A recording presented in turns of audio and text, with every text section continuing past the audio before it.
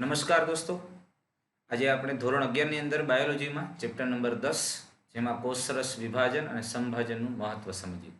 કોષરસ વિભાજન આપણે કોષ કેન્દ્ર વિભાજનની પ્રક્રિયા જોઈ ગયા, કોષ ચક્ર આખો જોઈ ગયા. આંતરાવસ્થાની અંદર જે એસ અવસ્થામાં દ્વિગુણન પામેલા રંગસૂત્રો હતા એ રંગસૂત્રોની બાળકોષ કેન્દ્રોમાં વહેંચણી માત્ર દ્વારા કોષ વિભાજન પ્રક્રિયા પૂર્ણ થતી નથી. અરે ભાઈ, ખાલી કોષ કેન્દ્રમાં બે બાળકોષ કેન્દ્ર બની ગયા એટલે કોષ વિભાજન પૂરું નથી થઈ જતું. તો અરે કોષરસ વિભાજનથી ઓળખાતી એક અન્ય પ્રક્રિયા છે, એક બીજી પ્રક્રિયા છે જેના દ્વારા બે બાળકોષોમાં વિભાજન થાય. કોષ કેન્દ્રનું વિભાજન થઈ ગયા પછી કોષરસ વિભાજન પણ અગત્યનું છે અને ત્યારે જ કોષ વિભાજન પૂર્ણ થાય છે.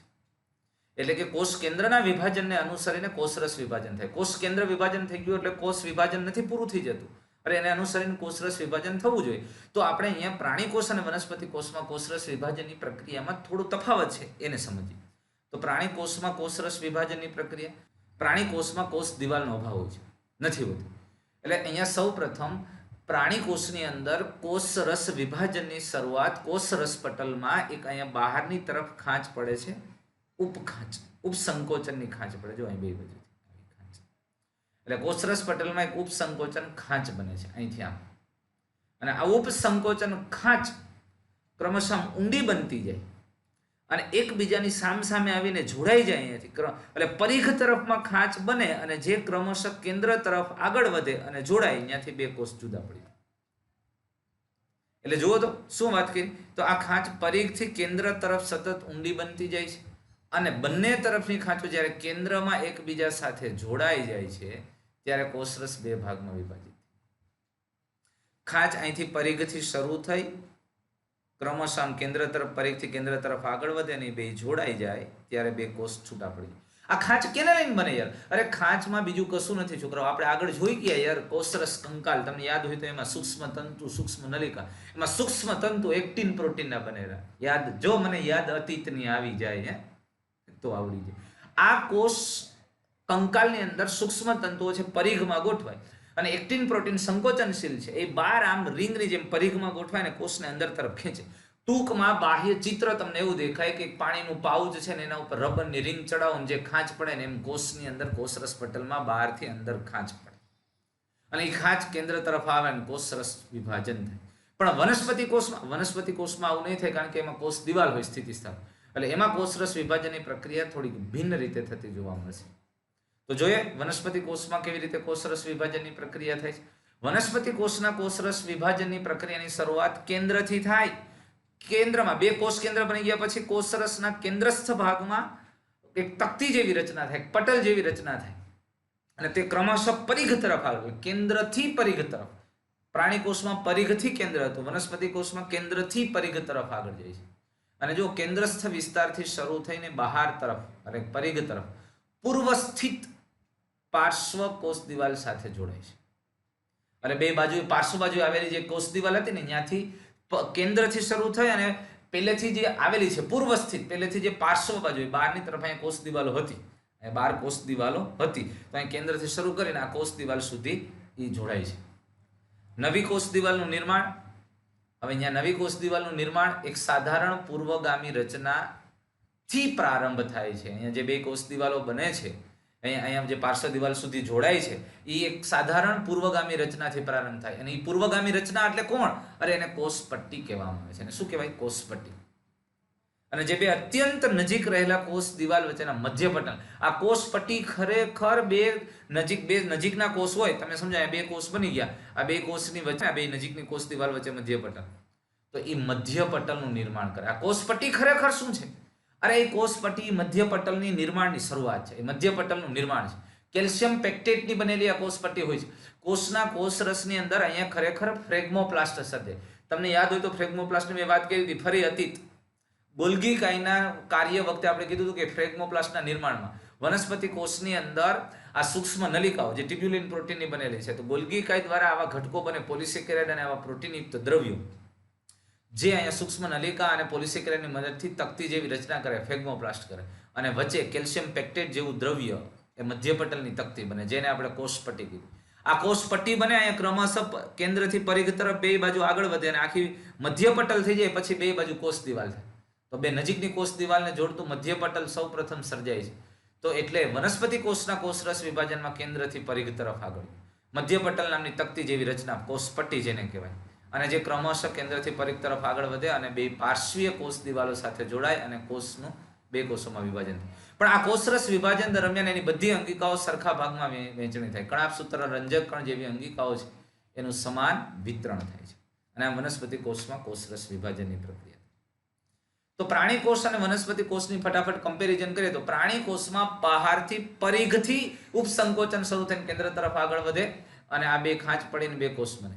વનસ્પતિ કોષના મધ્યમાં મધ્ય પટલની તકતી બને, કોષ પટ્ટી બને, જે મધ્યથી પરિઘ તરફ આગળ વધે અને એ મધ્ય પટલ પછી બે કોષ દિવાલ સર્જાય અને પાર્શ્વીય દિવાલ સાથે જોડાઈને બે કોષ છૂટા પડે. આમ કોષરસ વિભાજન વનસ્પતિ કોષ અને પ્રાણી કોષમાં થાય.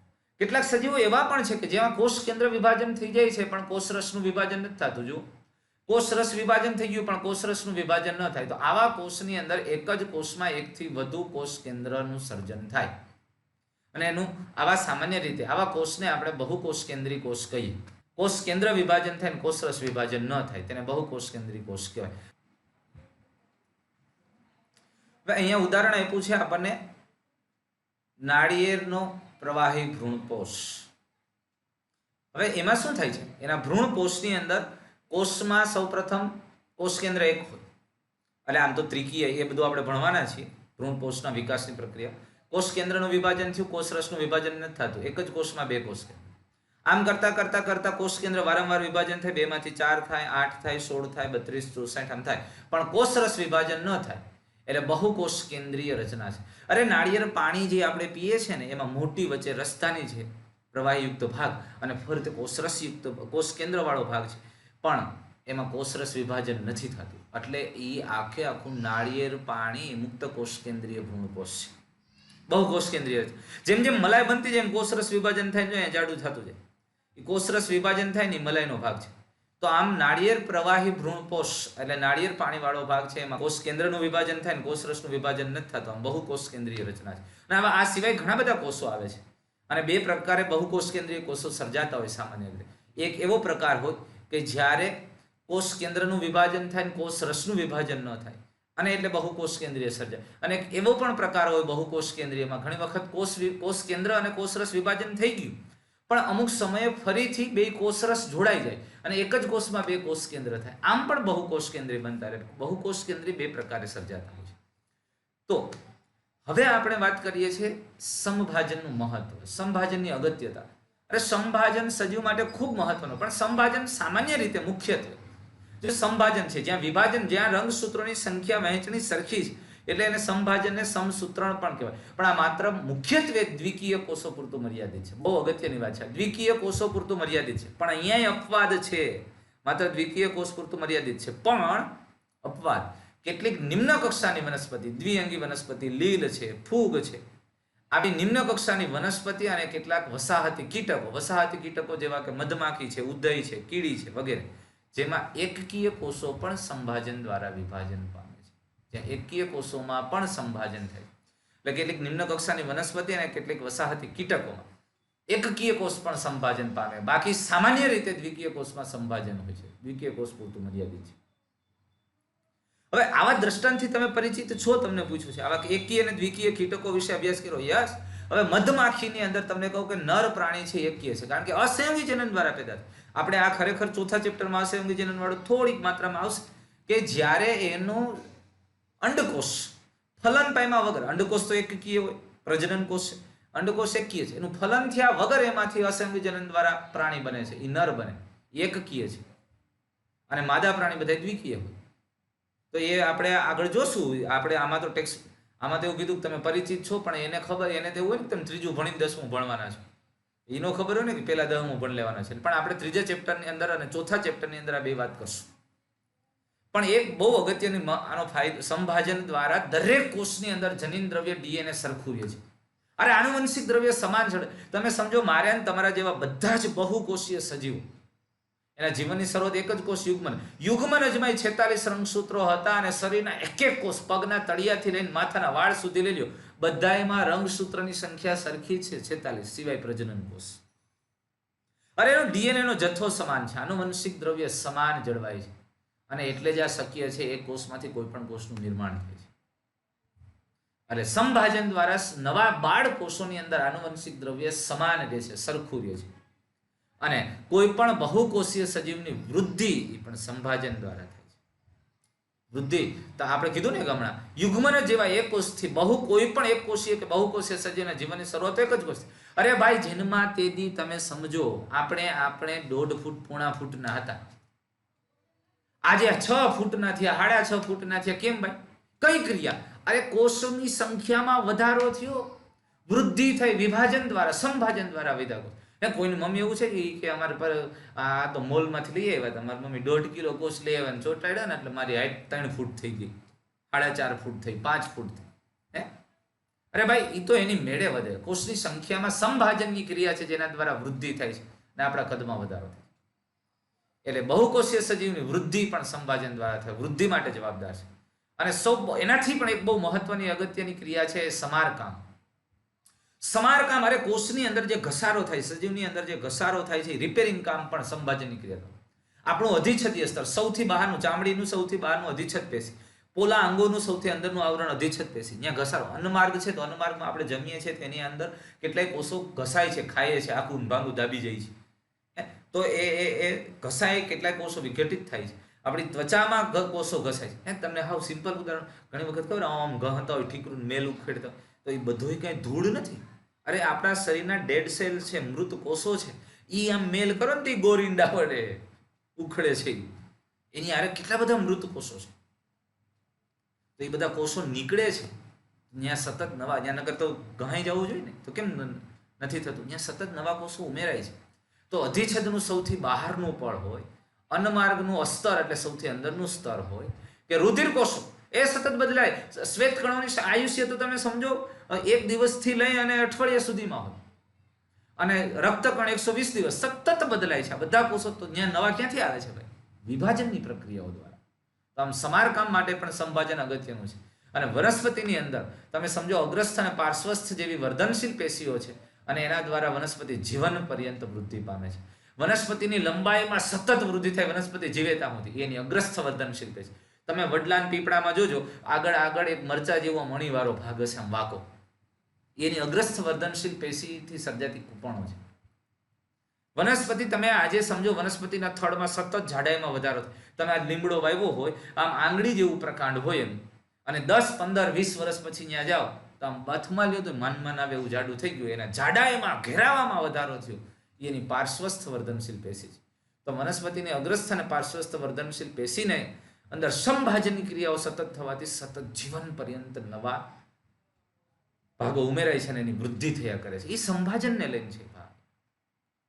અને કોષીય વૃદ્ધિનું પરિણામ સ્વરૂપ જોજો, અહીંયા કોષીય વૃદ્ધિના પરિણામ સ્વરૂપે કોષ કેન્દ્ર અને કોષ રસ વચ્ચેનું પ્રમાણ અસંતુલિત થઈ જાય છે. કોષની વૃદ્ધિને કારણે જે કોષ કેન્દ્ર અને કોષ રસનું જે પ્રમાણ છે, એનું જે સંતુલન છે એ ખોરવાય છે, અસંતુલિત થાય છે. અને એટલે જરૂરી છે કે ફરી કોષ વિભાજન થાય. અને એટલે માટે એ જરૂરી થઈ જાય છે કે કોષ વિભાજન પામીને કોષ કેન્દ્ર કોષ રસ પ્રમાણ જાળવી રાખે. તમે સમજો, અહીંયા કોષ નાનો છે ત્યારે કોષ કેન્દ્રનું કદ અને કોષ રસનું જથ્થો પ્રવૃત્તો છે, એટલે બે વચ્ચેનું પ્રમાણ યોગ્ય છે કે જેથી કોષ કેન્દ્ર આખા કોષ રસનું મોનિટરિંગ કરી શકે. ભાઈ, કોષ કેન્દ્ર એ કોષની મુખ્ય અંગિકા છે, કોષમાં ચાલતી બધી જ ચયાપચય પ્રક્રિયાનું નિયંત્રણ કરે. એટલે કોષ રસનો જથ્થો માપે છે, એટલે કોષ કેન્દ્ર બધે પહોંચી વળે છે. હવે કોષનું કદ વધે છે એટલે કોષ રસનો જથ્થો વધ્યો. હવે જોજો, અહીંયા કોષને જાજા આટા મારવા પડે, એરિયા વધી ગયો ને, ક્યાં હું હાલે ખબર ન પડે. તો કોષની વૃદ્ધિ થઈ, કોષના કદમાં વધારો થયો, કોષ કેન્દ્ર એવડું ને એવડું છે એટલે એને વિસ્તાર વધ્યો. ભાઈ, મોનિટરિંગ કરવામાં, ધ્યાન રાખવામાં થોડીક તકલીફ પડે. હવે જો આ કોષનું કદ ખૂબ વધે એટલે આ કોષ કેન્દ્ર બધે પહોંચી ન વળે, એને તકલીફ પડે ભાઈ, એટલે એનું કોષ કેન્દ્ર કોષરસ પ્રમાણ અસંતુલિત થયું કહેવાય. એટલે સરખું ભાઈ નથી, ઘણી વખત કહેતા કે હવે કામ બહુ મોટું થઈ ગયું, એકલા પહોંચાતું નથી, એના જેવું કોષ કેન્દ્ર થાય તો શું કરું? 2 નાના યુનિટમાં કન્વર્ટ કરી નાખો એટલે ફરી પાછું કોષનું વિભાજન થાય, 2 કોષ કેન્દ્ર થાય, કોષરસનો ભાગ થઈ જાય, એટલે વળી સરખું નિયંત્રણ. તો આમ કોષ કેન્દ્ર અને કોષ રસ વચ્ચેનું પ્રમાણ, કોષની વૃદ્ધિ થવાને કારણે પ્રમાણ અસંતુલિત થાય એટલે કોષ વિભાજન થાય એટલે વળી પાછો એને સંતુલિત કરીને કોષ કેન્દ્ર કોષ રસનો રેશિયો છે, જે પ્રમાણ છે, એ જાળવી રાખે છે. એવા રેશિયાને આપણી ટેક્સ્ટ બુકમાં આપ્યું નથી, પણ હું વધારે ડિટેલમાં સમજવા માટે બે રીતે લેવામાં આવે છે. એક કેરિયોપ્લાઝમિક ઇન્ડેક્સ અને સરફેસ વોલ્યુમ રેશિયો જોવામાં આવે છે. તો એ સંભાજન થવા માટેના એક કારણની અંદર કનપ્લાઝમ સિદ્ધાંત આપ્યો છે. કનપ્લાઝમ સિદ્ધાંત હાર્ટવિગે આપ્યો અને એણે શું કીધું તો કે આ સંભાજન એ કોષની કેરિયોપ્લાઝમિક ઇન્ડેક્સમાં અડચણ ઉત્પન્ન થવાથી થાય છે. કેરિયોપ્લાઝમિક ઇન્ડેક્સમાં અડચણ શું ભાઈ? અડચણ કેવી રીતે ઉત્પન્ન થાય? કેરિયોન્સ એટલે કોષ કેન્દ્ર, પ્લાઝમા એટલે કોષ રસ. તો કેરિયો એટલે કોષ કેન્દ્ર અને કોષ રસના કદનો જે ગુણોત્તર છે, કોષ કેન્દ્ર અને કોષ રસના કદનો જે ગુણોત્તર બદલાય, એમાં ફેરફાર થાય, હોવો જોઈએ એના કરતાં વધારે ઘટે એટલે કોષનું વિભાજન થાય, સંભાજન. એટલે એણે સૂત્ર બનાવ્યું, karyoplasmic index is equal to Vn upon Vc minus Vn. Vn volume of nucleus, કોષ કેન્દ્રનું કદ, અને Vc માઇનસ Vn એટલે કે કોષ રસનું કદ. અહીંયા જો વોલ્યુમ ઓફ સેલ, કોષનું કદ માઇનસ વોલ્યુમ ઓફ ન્યુક્લિયસ, એટલે કોષના કદમાંથી કોષ કેન્દ્રનું કદ કાઢી નાખો એટલે કોષ રસનું કદ મળી ગયું. એટલે કોષ કેન્દ્રના કદના છેદમાં કોષ રસનું કદ. કેરિયોપ્લાઝમિક ઇન્ડેક્સ ઘટે ક્યારે? જો કોષ રસનું કદ વધે એટલે છેદ વધે એમ આપણને મૂલ્ય નાનું મળે, અંશ એમ નંબરી. તો જોજો, કેરિયોપ્લાઝમિક ઇન્ડેક્સની વાત કરીએ, કદમાં નાના કોષનો કેરિયોપ્લાઝમિક ઇન્ડેક્સ ઊંચો મળે. એ તો સિમ્પલ વાત છે.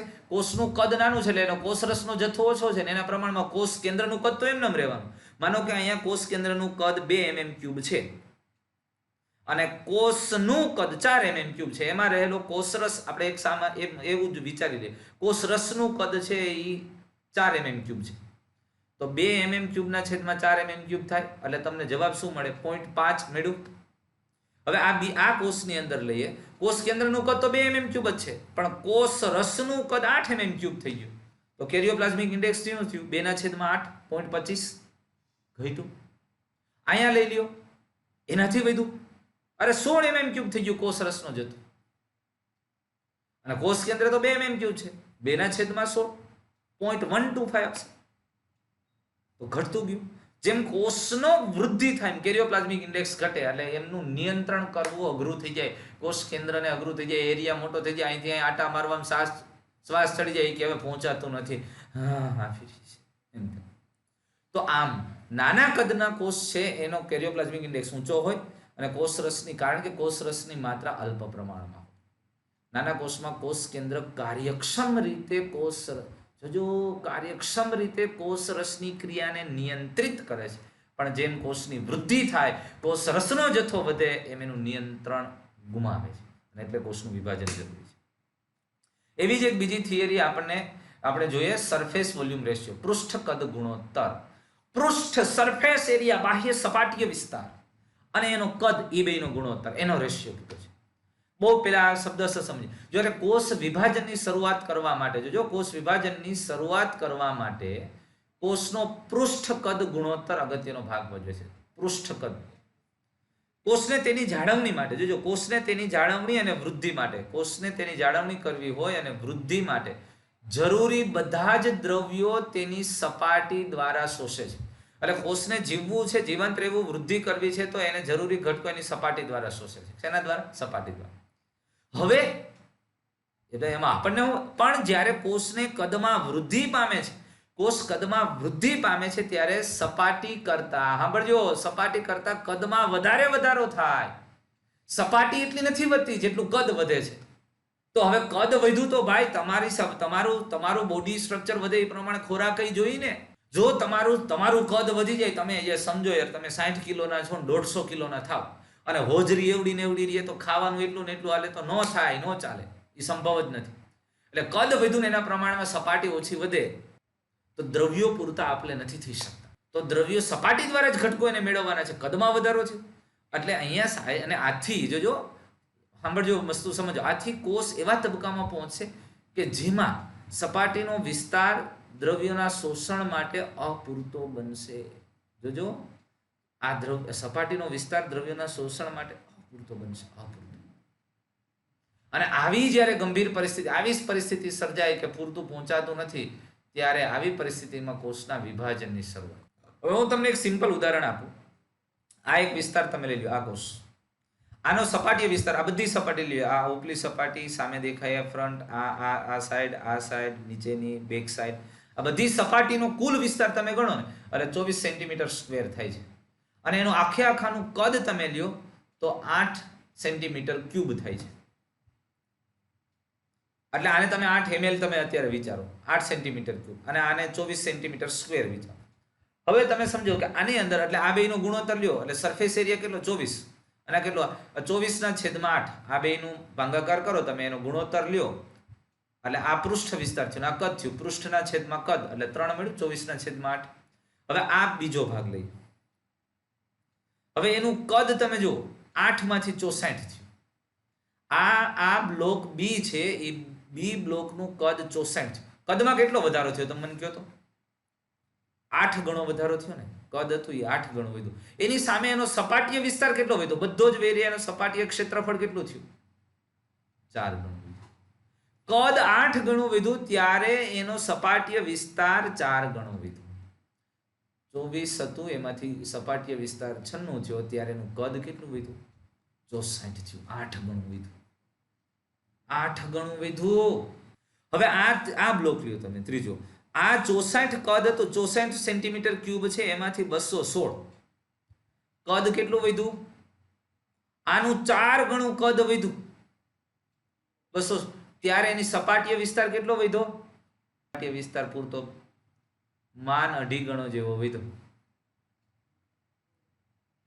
2 ગણો 2.5 ગણો વધ્યો. અહીંયા તમે વિચારો, જ્યારે આ જો 216 થઈ ગયું, અહીંયા આ સરફેસ 3 ગણો, આના કરતા 3 ગણું સપાટીય વિસ્તાર હતો. આના કરતા અત્યારે ડબલ નથી રહ્યો, જો 1.5 ગણો જ થઈ ગયો. અહીંયા કદ કરતા સપાટીય વિસ્તાર 3 ગણો હતો, અહીંયા કદ કરતા સપાટીય વિસ્તાર 1.5 ગણો થઈ ગયો. અહીંયા કદ જેટલો જ થઈ ગયો. તમે જુઓ, અરે અહીંયા કદ કરતા સપાટીય વિસ્તાર ઘટી ગયો. આ રેશિયો મુજબ. એટલે જેમ કોષની વૃદ્ધિ થાય, આખા કોષનું કદ વધે 3 ડાયમેન્શનલી, એટલે એનો સપાટીય વિસ્તાર ઘટે, અને એટલે હવે કદમાં રહેલા દ્રવ્યોની આપલે કરવા માટેનો સપાટી વિસ્તાર ઘટે છે, અને એટલે કોષને વિભાજન પામવું છે. હજી આને સારી રીતે સમજવું હોય, હું તમને એમ કહું કે આ આખા 4 આ એક કોષ થઈ ગયો, બ્લોક ભેગા કરી, તો તમે જો એનો સપાટી વિસ્તાર કેટલો મળશે? આ મળશે, આ મળશે, આ મળશે, આ આખો વિસ્તાર મળશે, ફ્રન્ટ આ મળશે, અને પાછળની છે. હવે જો આને આ આખા મોટા વિસ્તારના હું 4 ટુકડા કરી નાખું તો આ એક ટુકડો, તો તમને કયો વિસ્તાર વધારે મળે? જો અહીંયા અંદરની સાઈડ છે ને એ પહેલા નહોતી મળતી, હવે એ અંદરની સપાટી આખી આપણને મળે. આની અંદરની સપાટી મળે ને આની અંદરની સપાટી મળે. પછી આમાં નીચેની સપાટી છે ને એ અહીંયા ન મળે ભેગું હોય ત્યારે, પણ આ ખુલ્લો થઈ જાય એટલે નીચેની 2 સપાટીઓ મળે. આમ સપાટી વિસ્તાર એટલે જેટલો બ્લોક નાનો થાય, જેટલા ટુકડા વધુ એટલો સપાટી વિસ્તાર વધુ, જેટલું કદ નાનું તેટલો એનો સપાટી વિસ્તાર વધે. કોઈ પણ ઘટકનો કદ વધે એટલે એનો સપાટીય વિસ્તાર ઘટે છે. અને આમ કોષનો સરફેસ વોલ્યુમ એટલે કોષની વૃદ્ધિ થાય એટલે એનો સપાટીય એરિયા એટલે એનો સરફેસ એરિયા છે, પૃષ્ઠ વિસ્તાર છે, એ ઘટે છે અને કદ વધે છે. અને એ ગુણોત્તર જ્યારે ઘટી જાય એટલે કોષને વિભાજન પામવું જરૂરી બને, કારણ કે દ્રવ્યોની પૂર્તિ આપલે નથી થતું. એક આવી માન્યતા છે, એને કારણે પણ કોષને સંભાજન પામે છે. તો આમ આ કેટલાક પોઈન્ટ આપણા માટે અગત્યના છે, જે આપણા ટેક્સ્ટમાં નથી, પણ સમજવા માટે અથવા તો કે જે MCQ સોલ્વ કરવા માટે બહુ મદદરૂપ થઈ શકે. અને હવે આ સંભાજનનો ટોપિક અહીંયા પૂરો કર્યા પછી નેક્સ્ટ વિડીયોની અંદર આપણે અર્ધીકરણ ભણશું. ખૂબ જ અગત્યનો ટોપિક છે, ખૂબ સમજવા જેવો છે. આખું બાયોલોજી ભણીએ ત્યાં સુધી ઉપયોગી બને એવો આ ચેપ્ટર છે. પ્રજનન કોષો કેવી રીતે સર્જાય એવી આ ટોપિકની અંદર વાત કરશું. Thank you.